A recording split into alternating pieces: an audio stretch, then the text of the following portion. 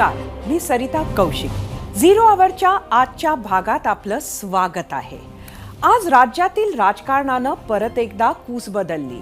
आज परत एकदा येणाऱ्या काळाची राजकीय दिशा ठरवू शकेल अशी महारॅली महाराष्ट्रात झाली आणि आज परत एकदा महाराष्ट्र हा मराठा विरुद्ध ओबीसी असा वाटला गेला. एकीकडे राज्यात मनोज जरांगे पाटील यांच्या सभा सुरू आहे. मराठ्यांना ओबीसी मध्ये आरक्षण नको असं म्हणत आता ओबीसी समाज आणि विविध पक्षातील नेतेही एकवटू लागले आहेत आणि आज ही एकता घट्ट झाली. त्याचीच प्रचिती आज जालन्याच्या अंबडमध्ये पाहायला मिळाली. ओबीसी मधल्या सर्वच समाजाच्या नागरिकांनी आज ओबीसी बचाव एल्गार महासभेला भर उन्हात लाखोंच्या संख्येनं गर्दी केली होती. एकीकडे जर मराठा आरक्षणाचा पोस्टर बॉय मनोज जरांगे पाटील असतील तर दुसरीकडे ओबीसी रॅलीचे असेच पोस्टर बॉय होते अन्न व नागरी पुरवठा मंत्री छगन भुजबळ. 150च्या वर मराठा आमदार असल्याचे सांगितले जाते. पण जर आज मराठ्यांचा नेता कोण हा सवाल विचारला तर उत्तर मात्र येईल ते मनोज जरांगे. जरांगे हे आमदारही नाहीत, खासदारही नाहीत आणि अगदी सरपंचही नाहीत. मात्र आज अख्ख्या ओबीसी समाजाच्या दिग्गज नेत्यांच्या निशाण्यावर होते फक्त एकच, मनोज जरांगे. आज अजून एक वेगळं घडलं. जेलमधून बाहेर आल्यानंतर भुजबळांमध्ये आधीसारखी आक्रमकता राहिली नाही अशी चर्चा व्हायची. मात्र त्यांच्या आजच्या सभेनंतर भुजबळ रिटर्न्स अशाही प्रतिक्रिया उमटू लागल्या आहेत. अंबडमधून तुफान भाषण करताना भुजबळांनी नेत्यांना केलेल्या गावबंदीवरूनही मनोज जरांगे पाटील आणि मराठा समाजावर तोफ डागली. तसंच जातनिहाय जनगणना करून कुणाची संख्या अधिक हेही समोर येऊ द्या असं आव्हानच देऊन टाकलं. आजच्या ओबीसी समाजाच्या आरक्षण बचाव एल्गार सभेला ओबीसी नेत्यांची मांदियाळी पाहायला मिळाली. विधानसभेचे विरोधी पक्षनेते आणि ओबीसी नेते विजय वडेट्टीवार, माजी मंत्री आणि धनगर समाजाचे नेते महादेवराव जानकर, भाजप आमदार आणि धनगर नेते गोपीचंद पडळकर, वंजारी समाजाचे नेते डॉक्टर नारायण मुंडे, मुस्लिम ओबीसी संघटनेचे शब्बीर अन्सारी, माळी समाजाच्या नेत्या आणि विद्यमान आमदार देवयानी फरांदे, विमुक्त भटके समाज नेते लक्ष्मण गायकवाड, राष्ट्रीय ओबीसी महासंघाचे संस्थापक अध्यक्ष डॉक्टर बबनराव तायवाडे, ओबीसी नेते प्रकाश अण्णा शेंडगे, प्राध्यापक टी.पी. मुंडे, आमदार राजेश राठोड, माजी आमदार आणि भाजप नेते आशिष देशमुखांसह विविध समाजाच्या नेत्यांनी स्टेज भरला होता. मात्र आजच्या या बैठकीला पंकजा मुंडेंची अनुपस्थिती प्रकर्षानं जाणवली. विविध पक्षातील नेते ओबीसींसाठी एकत्र स्टेजवर आल्यामुळे भाषणातून पक्षाचा प्रचार होण्याची शक्यता अधिक होती. मात्र ओबीसी सभा आयोजकांनी वारंवार स्टेजवरून हा मंच ओबीसींसाठी असून कोणत्याही पक्षाचं नाव घेऊन हा मंच राजकीय करू नका असं आवाहन केलं. याच विषयाला अनुसरून आम्ही आज एक प्रश्न विचारला होता. तो प्रश्न पाहण्यासाठी आपण जाऊया आपल्या पोल सेंटरला. आजचा आमचा पहिला प्रश्न होता,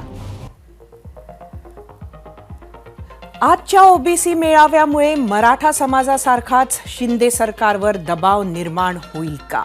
तुम्हाला सांगायचं होतं होय किंवा नाही.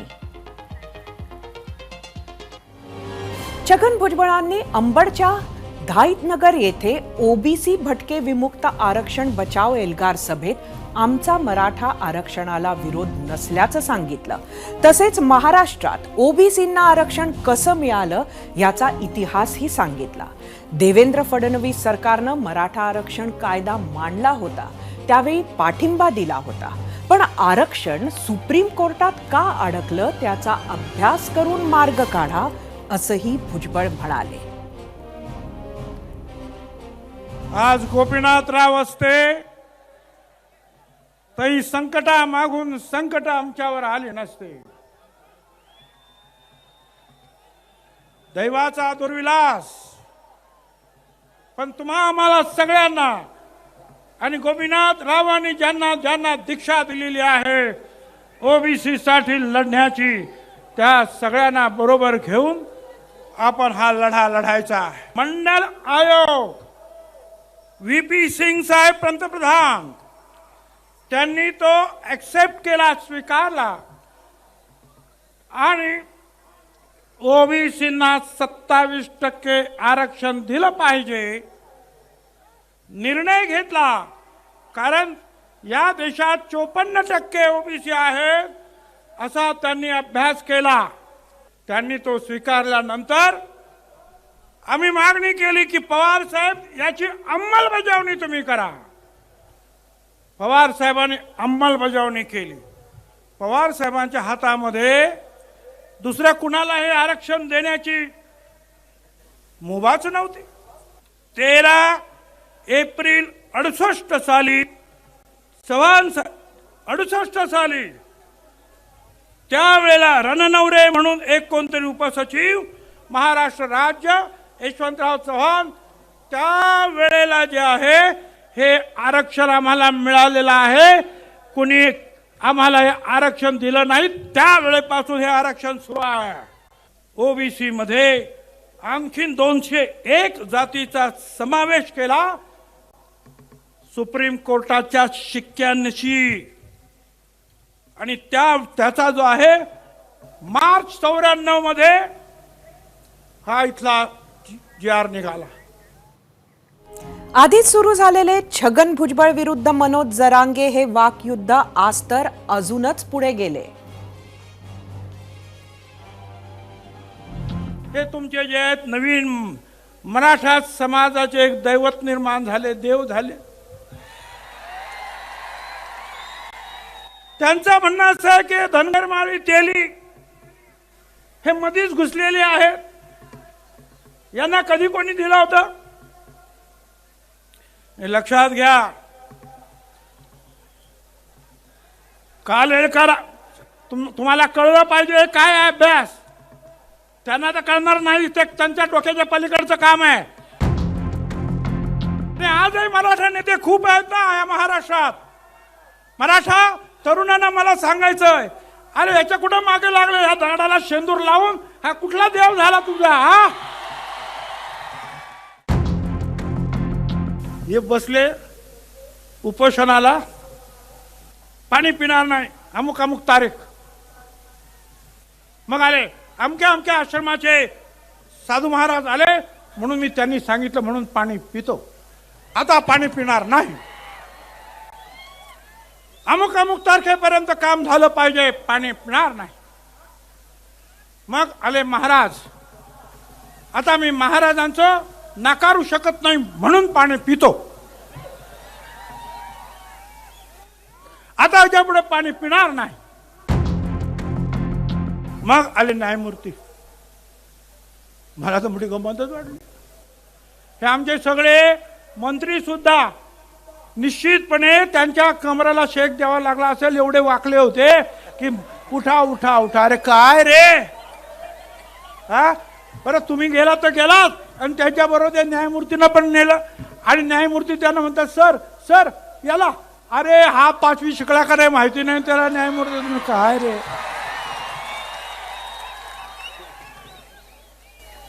काय चालेल. खूप बोला असतो माझ्याबद्दल. याद राख, तू माझ्या शेपटीवर परत पाय द्यायचा प्रयत्न करू नकोस.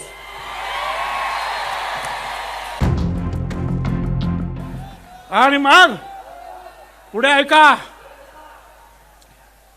हा लाठीचार्ज झाल्यानंतर हे शूर सरदार घरात जाऊन पळून झोपले. यांना हे आंबडचे आमचे मित्र टोपे साहेब, दुसरे आमचे मित्र रोहित पवार साहेब, त्यांना घरातून घेऊन आले 3 वाजता रात्री. म्हणले बस तिकडे पवार साहेब येणार आहे. आणि मग पवार साहेबांना पण यांनी आणलं. पण यांनी पवार साहेबांना हे नाही सांगितलं की हा लाठीचार्ज का झाला. कोल्हापूरच्या उदगाव येथे सभेसाठी आलेल्या मनोज जरांगेंनी भुजबळांना प्रत्युत्तर दिलं आम्ही चिडावं आणि या राज्यात शांतता राहू नये यासाठी या सर्वांचे प्रयत्न सुरू झाल्याचा टोला त्यांनी लगवला. तुम्ही लोकांचं रक्त पिता, पैसे खाता आणि 5-5 वर्ष जेलमध्ये जाऊन बसता. तुम्हाला कोण शेंदूर लावेल असंही जरांगे यावेळी म्हणाले. तुम्हाला कधीचेच मी तेच लागलेले आहेत. आता तुम्हाला वाटतं तुम्हाला देव मानव. तुम्ही लोकांचं रक्त पिता, लोकांचे पैसे खाता आणि 5-5 वर्ष जेलमध्ये जाऊन बसता. तुम्हाला कोण शेंदूर लावी? ओबीसींच्या आजच्या ओबीसी आरक्षण बचाव एल्गार सभेतून आरक्षणाबाबत बोलताना भाजपा आमदार आणि धनगर नेते गोपीचंद पडळकरांनी राष्ट्रवादी काँग्रेसचे अध्यक्ष शरद पवार यांच्यावर अप्रत्यक्षपणे हल्लाबोल केला. यावेळी मंचावर उपस्थित असलेले आणि शरद पवारांचे एका काळचे अत्यंत निकटवर्ती असलेले छगन भुजबळांची चलबिचल झाली. पडळकरांचा रोख हा काकांबरोबर पुतण्याकडे सुद्धा होता. पडळकरांनी मराठा समाजाचा नेमका शत्रू कोण आहे असं म्हणताच बसल्या जागेवरूनच भुजबळांनी पडळकरांना इशारा केला. तुम्ही या गरीब मराठा समाजावरती अन्याय केला. तुम्ही तुमच्या नात्यातल्या, पै पाहुण्यातल्या पुतण्याला, पोराला साखर कारखाने दिले आणि महाराष्ट्रातल्या गरीब मराठ्याच्या हातामध्ये ऊसाचा कोयता दिला. त्या लोकांना तुम्ही कोयता दिला आणि त्यांची पोरं जेव्हा तुमच्याकडे नोकरी मागाय आली तर त्या संस्था चालकांनी 40-40 लाख रुपये त्या गरीब मराठा समाजाच्या पोराकडे मागितले. आणि तुम्ही म्हणताय ओबीसी आमचा शत्रू आहे. ओबीसी तुमचा शत्रू नाही. तुमचा नेमका शत्रू कोण आहे तो ओळखा. जालन्याच्या अंबडमध्ये मंत्री छगन भुजबळ यांनी मनोज जरांगे पाटील यांच्यावर सडकून टीका केली होती. यावरूनच संभाजी राजे छत्रपतींनी थेट छगन भुजबळांच्या मंत्रिपदाचा राजीनामा घ्यावा अशी मागणी मुख्यमंत्री एकनाथ शिंदे, उपमुख्यमंत्री देवेंद्र फडणवीस आणि उपमुख्यमंत्री अजित पवारांकडे केली. राज्य सरकारमधील एक मंत्री अशी भूमिका घेत आहे, याला राज्य सरकार सहमत आहे का असाही सवाल त्यांनी विचारला.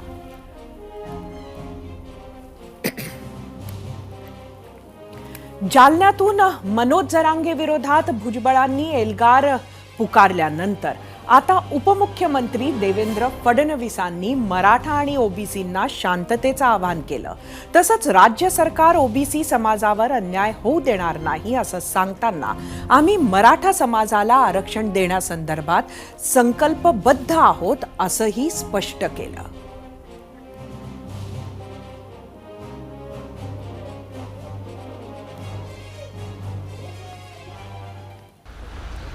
आम्ही मराठा समाजाला आरक्षण देण्याच्या संदर्भात संकल्पबद्ध आहोत. माननीय मुख्यमंत्र्यांनी त्या संदर्भात अतिशय स्पष्ट घोषणा केली आहे. पण त्याचवेळी कुठल्याही प्रकारे ओबीसी समाजावर अन्याय होईल अशा प्रकारचे निर्णय राज्य सरकार करणार नाही आहे. त्या संदर्भात मुख्यमंत्र्यांनी देखील आश्वस्त केलेलं आहे. म्हणून अशा प्रकारची शंका सर्वांनी मनातनं काढून टाकावी आणि महाराष्ट्रात शांतता कशी नांदेल असा प्रयत्न आपण सगळ्यांनी मिळून करूया. यावरूनच आम्ही विचारलेल्या प्रश्नावर तुम्ही काय प्रतिक्रिया दिल्या आहेत त्या पाहण्यासाठी आपण जाऊया आपल्या मीडिया सेंटरला. आजचा आपला प्रश्न होता, आजच्या ओबीसी मेळाव्यामुळे मराठा समाजासारखाच शिंदे सरकारवर दबाव निर्माण होईल का? यावर सोशल मीडियावर भरभरून प्रतिक्रिया आल्या आहेत. तेजस काकडे हे एक्सवरून म्हणतात, राज्यात जातीय तणाव निर्माण करण्यासाठी केलेली धडपड आहे. भुजबळांची राष्ट्रीय ओबीसी नेता बनण्याची इच्छा ते पूर्ण करू पाहतायत. फेसबुकवरून अप्पासाहेब जाधव, दबाव निर्माण होण्याचा प्रश्नच नाही, कारण जरांगे पाटील न्याय हक्कासाठी लढत आहेत, तर आजची सभा ही राजकीय स्वार्थ साधण्यासाठी होती. फेसबुकवरून संजय पाटील, सरकारच्या कार्यक्षमतेवर फरक पडणार नाही. गावगाड्यांमध्ये 18 पगड जाती, 12 बलुतेदार एकत्र बंधुभावानं नांदतायत, हे वातावरण कुणी दूषित करू नये. फेसबुकवरून संजय मोरे, दबाव नाही पण महाराष्ट्रातील वातावरण अशांत होईल. इंस्टाग्रामवरून दिग्विजय मांजरे, दरारा फक्त मराठेच निर्माण करू शकतात.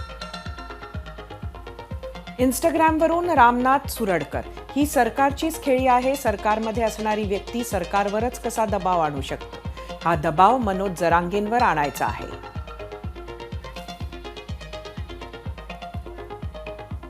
राज्यात आरक्षणावरून पेटलेल्या मराठा विरुद्ध ओबीसी वादावर बोलण्यासाठी आपल्या सोबत उपस्थित आहेत भाजपा आमदार आणि धनगर नेते गोपीचंद पडळकर. गोपीचंदजी, आपलं स्वागत आहे एबीपी माझाच्या 0 आवरमध्ये. आजची सभा अत्यंत यशस्वी झाली असं आम्ही म्हणू, काय सांगाल?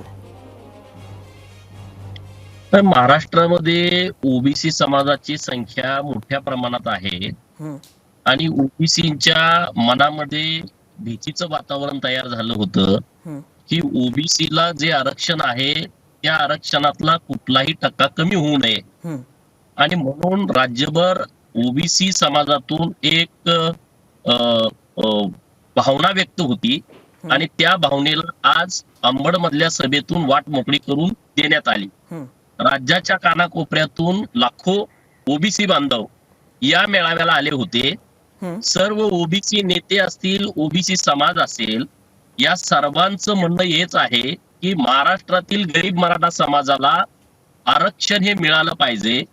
परंतु ते माननीय देवेंद्र फडणवीस साहेब मुख्यमंत्री असताना ज्या पद्धतीनं त्यांना वेगळं आरक्षण दिलं होतं तशा पद्धतीचं आरक्षण द्यावं आणि त्यांचा ओबीसी मध्ये समावेश करू नये, ही या सगळ्या लोकांची तीव्र भावना आहे. आणि आमचं पण तेच म्हणणं आहे की गरीब मराठा समाजाला तुम्ही 100% आरक्षण द्या, त्यांना दिलंच पाहिजे, परंतु ते ओबीसी कोट्यातून असता कामा नये. कारण ओबीसी मध्ये मंडल आयोगाच्या म्हणण्याप्रमाणे 350 जाती महाराष्ट्रात आहेत, त्यापैकी 346 जाती महाराष्ट्रात अस्तित्वात आहेत. अनेक जाती अशा आहेत की त्यांना अजून या ओबीसी आरक्षणाचा म्हणावा तितका लाभ झाला नाही. ओबीसी आरक्षण हे महत्वाचं स्थानिक स्वराज्य संस्थेमध्ये खूप महत्वाचं आहे. नक्कीच गोपीचंदजी, आजचा आम्ही सभा जेव्हा बघितली तेव्हा एक इंटरेस्टिंग गोष्ट लक्षात आली. आपण खास पवार आणि पवारांच्या जवळ असणारी मंडळी, म्हणजे खरं तर शरद पवारांवर एक अंगुली निर्देश करत आरक्षणाचं श्रेय त्यांना मिळू नये हे भुजबळांनी सुद्धा बघितलं. मात्र आपण आपल्या भाषणात खास पवार आणि कुटुंबीय यांच्याबद्दल बोलत असताना अस्वस्थ झालेले छगन भुजबळ सुद्धा आम्ही बघितले स्टेजवर. नक्की काय इशारे करत होते ते?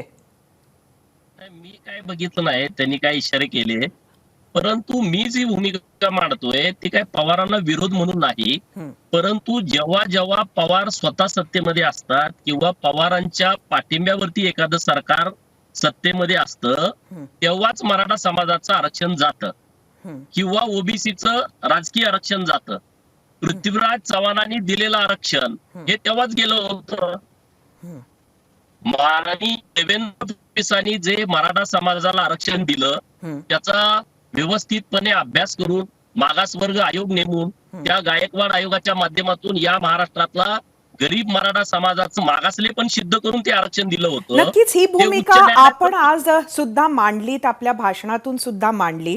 मात्र ही सगळं मांडत असताना आयोजक हे सातत्यानं आज सांगत होते तिथे की पक्षाबद्दल बोलू नये, नेत्यांबद्दल बोलू नये आणि खरं तर इतक्या वेगवेगळ्या पक्षाची नेते मंडळी तुम्ही एकत्र आली आहेत, त्यामुळे पुढचा जो तुम्हाला रस्ता आहे, अगदी वडेट्टीवारही आहेत, तुम्ही सुद्धा आहात, छगन भुजबळी आहेत, अजेंडा वेगवेगळा आहे आणि सगळे राजकीय नेते आहेत, लोकप्रतिनिधी आहेत, त्यामुळे तुम्ही ही एकता ठेवू शकणार आहात का पक्षाला बाजूला ठेवून?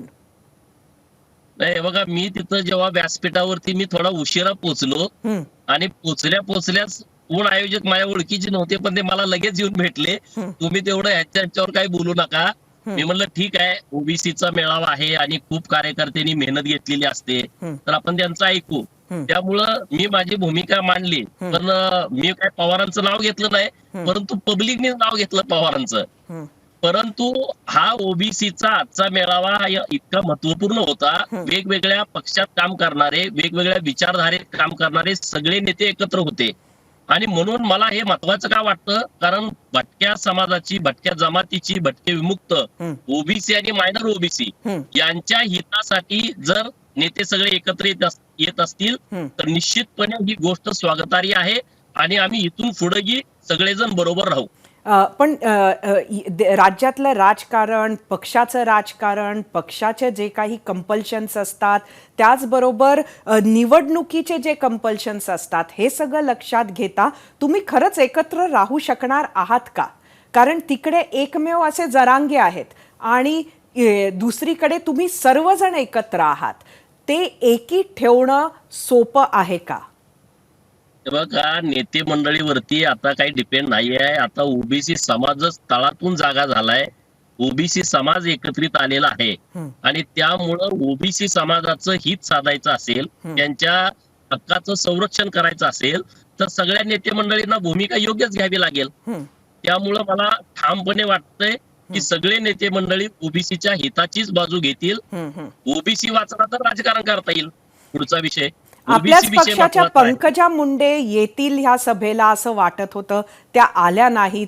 काय कारण? तुमचं काही बोलणं झालं का? नाही, माझं आणि ताईंचं बोलणं झालं नाही, परंतु या विषयावर ताई स्वतः बोलतील. एकंदरीत आजचा आक्रमकता लक्षात घेतली सभेची तर पुढचा मार्ग तुम्हाला कसा दिसतो? तुमच्यापैकी अनेक जण खरं तर सत्तेत सामील आहेत, त्यामुळे आता नक्की काय साध्य करायचंय तुम्हाला? नाही, महाराष्ट्रामधला ओबीसी एकत्रित करणं, संघटित करणं ह्याच्याशिवाय दुसरा कुठलाही पर्याय आता शिल्लक नाही. आणि त्यामुळं आजच्या बैठकीमध्ये असं ठरलंय की प्रत्येक जिल्ह्याला, प्रत्येक तालुक्याला ओबीसीचे मेळावे घ्यायचे, ओबीसीचं संघटन मजबूत करायचं आणि ओबीसीला त्यांचे हक्क काय आहेत त्याची जाणीव करून देणं आणि त्या हक्काचं संरक्षण करण्यासाठी एकत्रित करणं, हे सगळं त्या सभेमध्ये ठरलेलं आहे. आणि मला वाटतं आता मोठ्या प्रमाणात महाराष्ट्रामध्ये या सगळ्या सभांचं नियोजन होईल.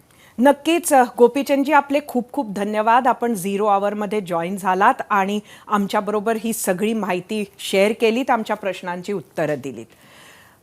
आम्ही विचारलेल्या आजच्या प्रश्नावर तुम्ही काय प्रतिक्रिया दिल्या आहेत त्या पाहण्यासाठी आपण जाऊया आपल्या मीडिया सेंटरला, आपल्या पोल सेंटरला.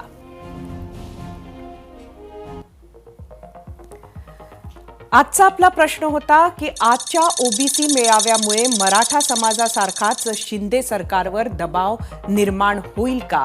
यूट्यूबवर एकूण 10,000 मतं. 64% लोकांनी होय म्हटलंय, 36% लोकांनी नाही. इंस्टाग्रामवर एकूण 4,000 मतं.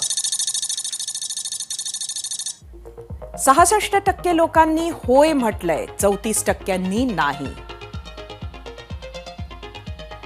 फेसबुकवर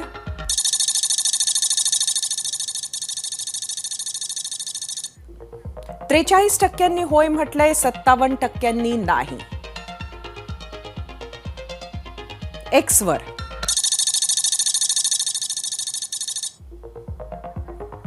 51% लोकांनी होय म्हटलंय, 49% नाही. एकीकडे मराठा आरक्षणाची मागणी करणाऱ्या मनोज जरांगेची सतत सहानुभूती दिसते, ती मुख्यमंत्री एकनाथ शिंदेंच्या बाजूने. आणि जरांगेंच्या उपोषणाच्या वेळी पडद्यासमोरचे मॅनेजमेंट हे कुठेतरी मुख्यमंत्र्यांचेच होते असं वाटत होतं. मात्र आज ओबीसींच्या या रॅलीत छगन भुजबळ हे दादांचे आणि गोपीचंद पडळकर आणि आशिष देशमुख हे भाजपचे असे समीकरण असल्यामुळे नक्की सीएमचे तिथे कोण हा प्रश्न होता. ओबीसी हा भाजपचा पारंपरिक मतदाता आणि त्यामुळे गेल्या दशकात मराठा मतं जरी भाजपनं मराठा नेत्यांच्या आणि फडणवीसांनी दिलेल्या आरक्षणाच्या माध्यमातून आपल्याकडे खेचली असली तरी आज मराठा विरुद्ध ओबीसी वाद झाल्यावर भाजपने मात्र आपला पारंपरिक ओबीसी मतदाता नाराज होणार नाही याची काळजी घेतलेली दिसते. तसेच अजितदादा हे तर स्वतः दोन्ही बाजूंपासून दूरच राहिले असं म्हणायला पाहिजे. आणि त्यामुळेच ओबीसी मॅनेजमेंट भाजप आणि मराठा मॅनेजमेंट एकनाथ शिंदे असा हा अडचणींचा डोलारा सांभाळायचे सरकारने ठरवलंय असं चित्र दिसतंय.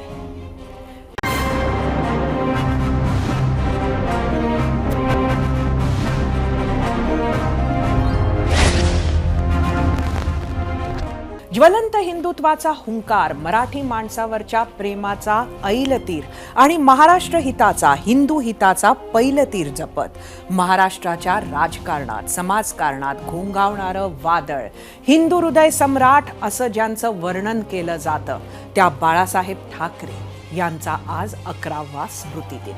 खरं तर एवढ्या मोठ्या माणसाचा स्मृतिदिन चांगल्या आठवणींसाठी चर्चेत यायला हवा, पण चर्चा झाली ती मुंबई ते महाड शिवसेनेच्या 2 गटात झालेल्या राड्याची.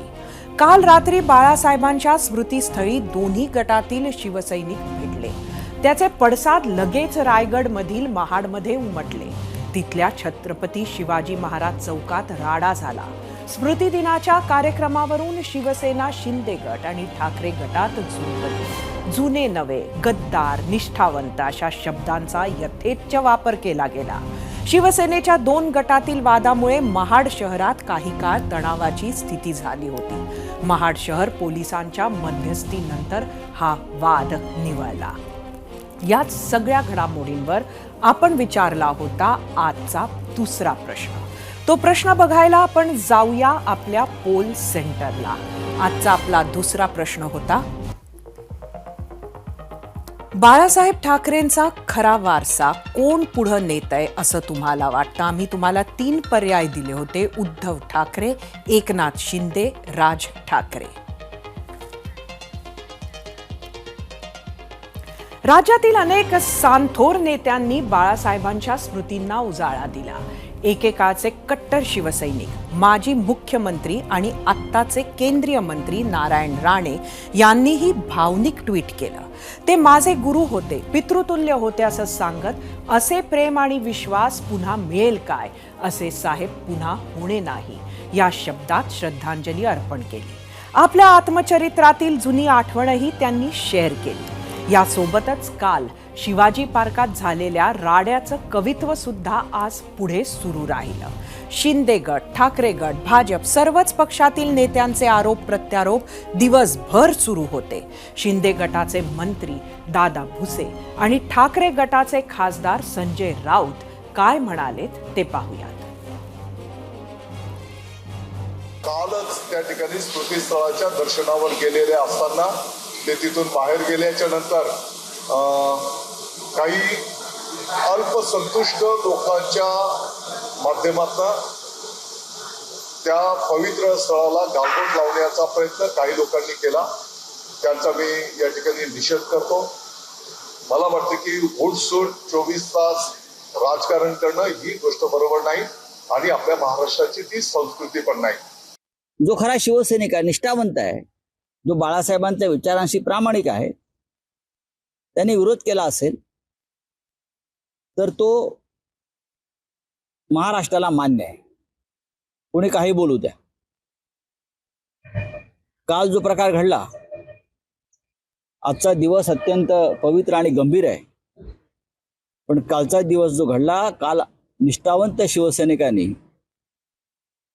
गद्दारांना जो प्रतिकार केला, ही 2024 हा कालचा ट्रेलर आहे आणि 2024ची तयारी आहे. बाळासाहेबांनी स्थापन केलेला पक्ष आता त्यांच्या मुलाकडून त्यांच्याच एका शिवसैनिकाच्या ताब्यात गेला आहे. या कामी बाळासाहेबांच्या एकेकाच्या मित्रपक्षानं, महाशक्तीनं मदत केली हे विशेष.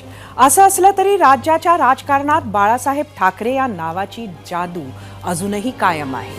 काय आहे हे गारुड जाणून घेण्याचा प्रयत्न करूयात. पाहूयात 0 आवरचा हा स्पेशल रिपोर्ट.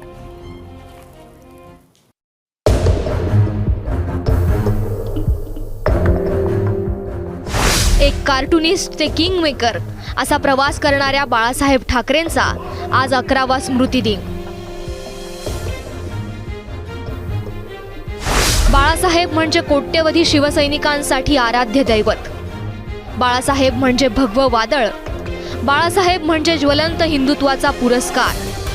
याच विचारांनी मुंबईकरांवर, मराठी मनावर कित्येक दशकं अधिराज्य केलं.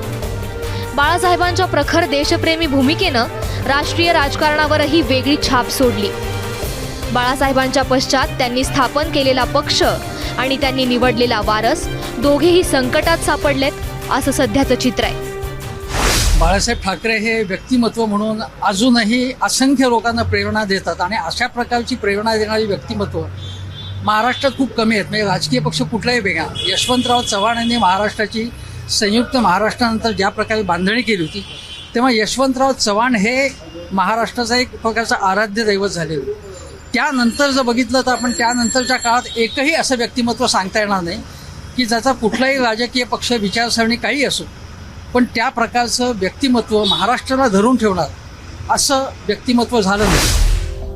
उद्धव ठाकरेंच्या कार्यपद्धतीवर नाराजी व्यक्त करत एकनाथ शिंदेंनी 40 आमदारांना सोबत घेऊन पक्ष सोडला.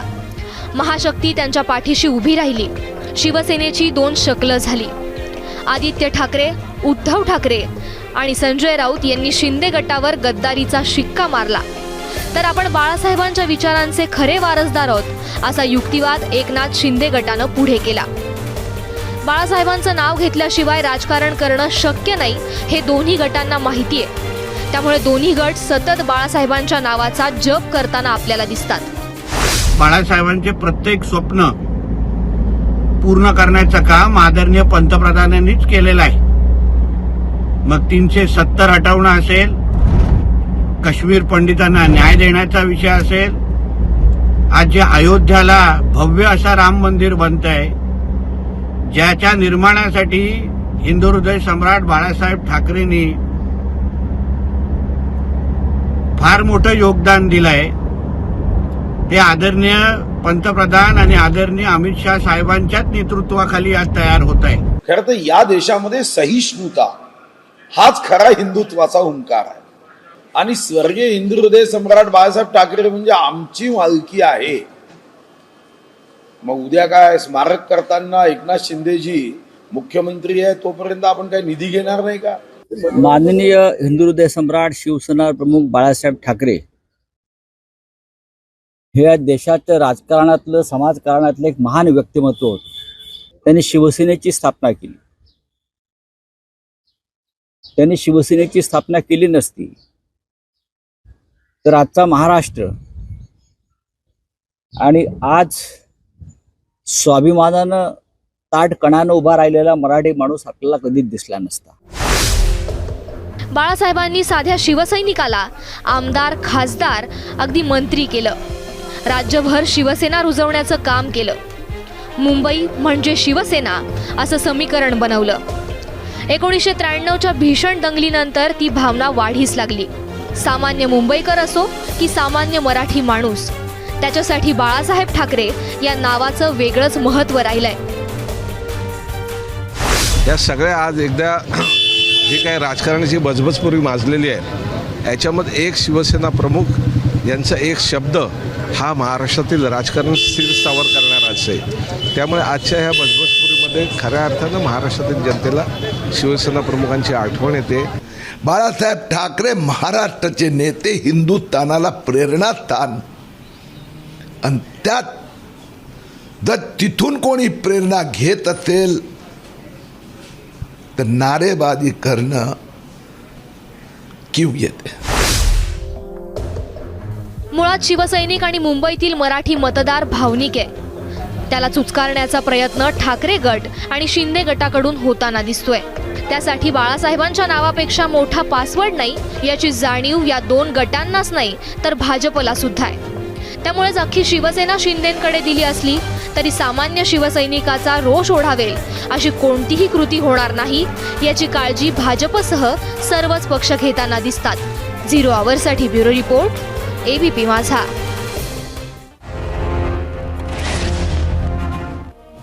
आजच्या प्रश्नावर तुम्ही भरभरून व्यक्त झालात. इंस्टाग्रामवर तर 21,000पेक्षा जास्त लाईक्स आणि जवळपास 3,000 प्रतिक्रिया आल्या.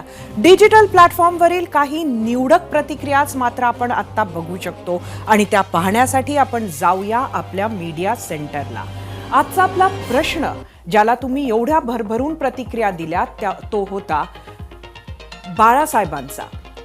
बाळासाहेबांचा विचारांचा वारसा हा खरा वारसा कोणाकडे? एक्सवरून शेख जब्बार यांची प्रतिक्रिया.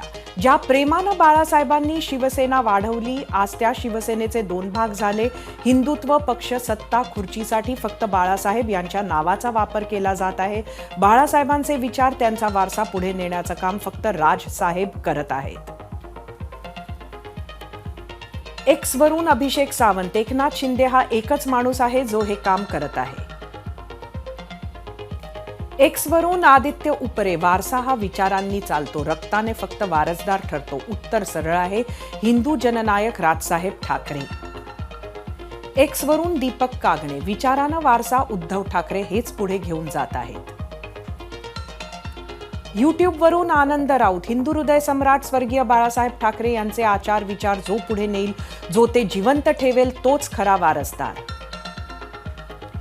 युट्यूबवरून निलेश काळे, कुणीच नाही, सगळे संधी साधू आहेत. फेसबुकवरून निलेश निमसे, या सगळ्याची उत्तरं निवडणुकीमध्ये जनता नक्कीच देणार आहे. फेसबुकवरून अझीम शेख, उद्धव बाळासाहेब ठाकरे रक्तातला खरा वारसदार.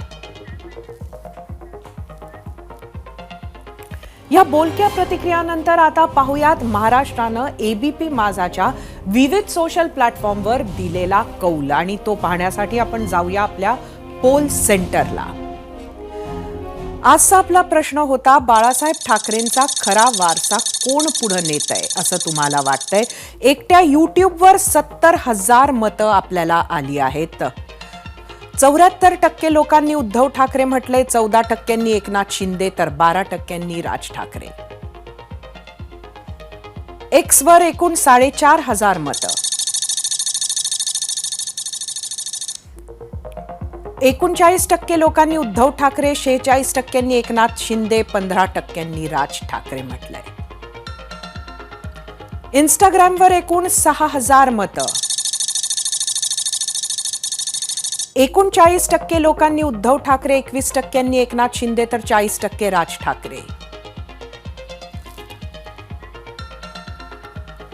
मराठी माणसाच्या हितासाठी एका संघटनेची, एका पक्षाची स्थापना करणं, कोट्यावधी तरुणांना सोबत घेत, प्रचंड कष्ट घेत तो रुजवणं, वाढवणं, हिंदुत्वाची जोड देत सत्तेपर्यंत पोहोचवणं, हे सोपं काम नव्हतं. हे काम बाळासाहेबांनी करून दाखवलं.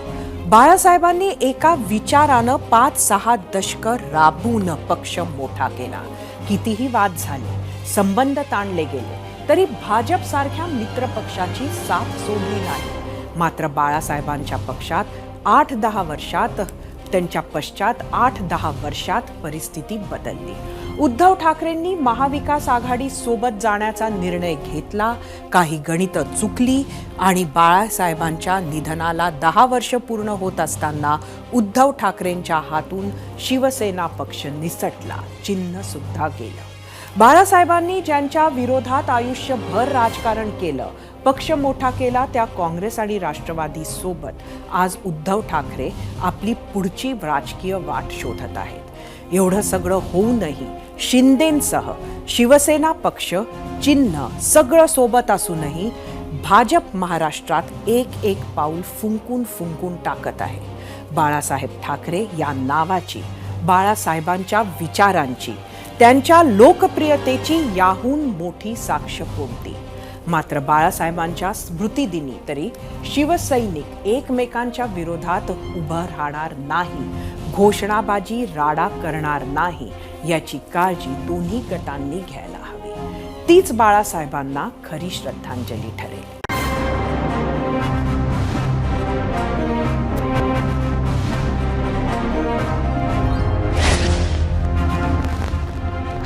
बाळासाहेब ठाकरे आणि भाजपचे दिवंगत नेते प्रमोद महाजन यांना राज्यातील सेना भाजप युतीचं शिल्पकार मानलं जायचं. बाळासाहेबांसारख्या झंझावातासमोर युतीची बोलणी करणं, निगोसिएशन करणं हे दिव्य काम महाजनांना करावं लागायचं. प्रमोद महाजन आपल्या हजरजबाबीपणा आणि वक्तृत्वासाठी ओळखले जायचे. त्यांनी अत्यंत मोजक्या शब्दात बाळासाहेब ठाकरेंच्या बलस्थानांचं कसं वर्णन केलं होतं ते ऐकूयात. एबीपी माझाच्या आर्काइव्ह मधून खास 0 आवरच्या प्रेक्षकांसाठी. मला बाळासाहेब का आवडतात? पुष्कळ वाक्य आहेत, परंतु त्यातली 5 मी निवडायचा प्रयत्न केलाय. राज इतकं निवडण्याचं माझं कौशल्य नाही. पहिली गोष्ट म्हणजे कदाचित हा असा एकमेव नेता आहे की ज्याच्या ओठात आणि पोटात याच्यात काहीही अंतर नसतं, असा ज्याला पूर्ण पारदर्शी नेता आहे. दुसरा गुण मला आवडतो. हिंदुस्तान सोडा हो आपला, जगाच्या इतिहासात मी असं बोललोच नव्हतो असं खुलासा न करणारा जर एकमात्र नेता असेल तर त्याचं नाव बाळासाहेब ठाकरे आहे. आयुष्यात त्यांनी मी असं बोललोच नव्हतो असं कधी म्हटलंच नाही. कारण ते बोलण्याआधी वा नंतर नाही, बोलतानाच विचार करत असतात आणि त्याच्यानंतर ते त्याची चिंता करत नाहीत. तिसरं मला बाळासाहेबांचं वैशिष्ट्य जे आवडतं, बाळासाहेबांनी जरी 500 वय ओलांडलं असलं, शिवसेना जरी वयस्कर झाली असली तरी शिवाजी पार्कवरच्या बाळासाहेबांच्या सभेचं सरासरी वय कधी 25 वर्षाच्या पलीकडं गेलं नाही. अशी तरुणांना हाक घालणारा दुसरा एवढा नेता नाही. चौथं, मराठी माणूस म्हणजे चुकून पुस्तक प्रकाशनाला एकत्र आपण आलो तर केवढी चर्चा सुरू झाली की कोण एकत्र आले. याचा अर्थ असा आहे की मराठी माणसं एकत्र येत नाहीत, पण मराठी माणूस एकत्र येऊ शकतो हे शिवसेना स्थापन करून दाखवण्याचा पराक्रम करणारा एकमेव नेता म्हणून मी बाळासाहेब मला आवडतात. आणि अंतिम, हिंदू म्हणजे किराणा दुकानात सगळं मिळतं पण किराणा मिळत नाही. तसं हिंदुत्वात सगळे असतात पण हिंदू नसतो. हिंदू म्हणून कधीही मत देत नाही, तो जातीवर मत देतो. मला वाटतं हिंदुस्थानच्या इतिहासात हिंदू म्हणून मत देऊ शकतात हे सिद्ध करणारा पराक्रमी नेता म्हणून जर ओळखायचं असेल तर ते बाळासाहेबांना. आणि मला असं वाटतं की जशी सृष्टी ही पंचमहाभूतावर अवलंबून असते तशी बाळासाहेबांची प्रतिसृष्टी ही या पंचमहाभूतावर अवलंबून आहे. 0 ओव्हरमध्ये वेळ झाली आहे आता इथेच थांबण्याची. आपण पुन्हा भेटूया सोमवारी रात्री 7:56 कुठेही जाऊ नका. पाहत रहा ABP माझा.